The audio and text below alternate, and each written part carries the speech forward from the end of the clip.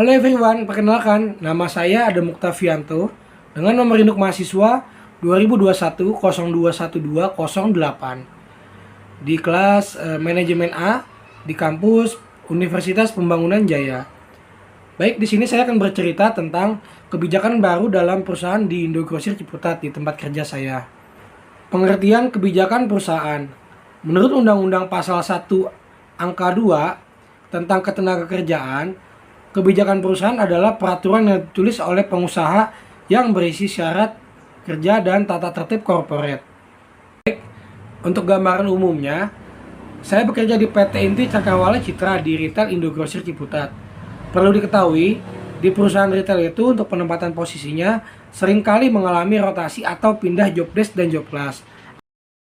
Nah, di tempat saya bekerja di Indogrosir Ciputat, budaya yang sudah lama terjadi adalah pergantian manajemen yang sangat singkat, yaitu 2 atau sampai 3 tahun sekali.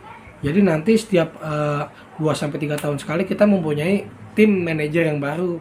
Nah, dari situlah banyak terjadinya perubahan-perubahan kebijakan yang disusun oleh tim manajemen untuk karyawan yang ada di Indogrosir Ciputat. Nah, apa saja kebijakan barunya? Yang pertama, datang lebih awal untuk briefing masing-masing divisi.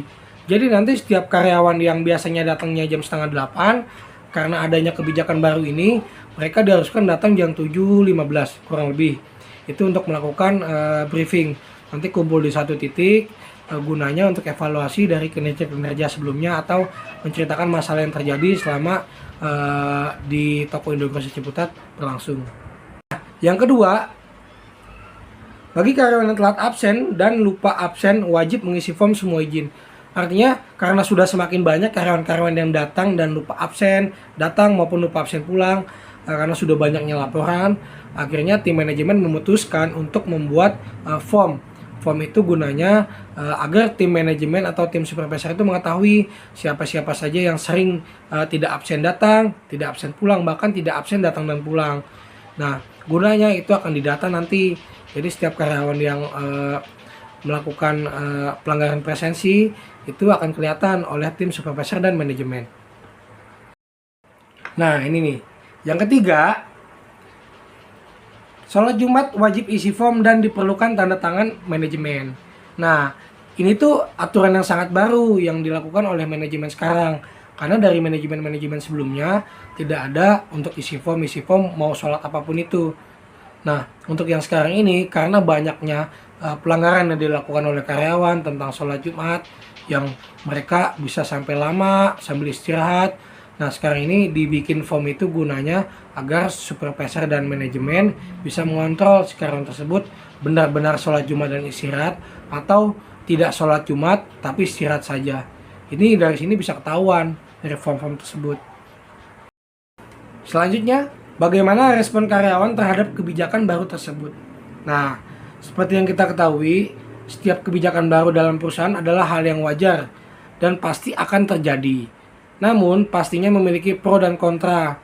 Dalam hal ini, kebanyakan karyawan yang menuai kontra adalah karyawan senior atau karyawan yang lama. Karena sudah nyaman terbiasa dengan kebijakan yang lama.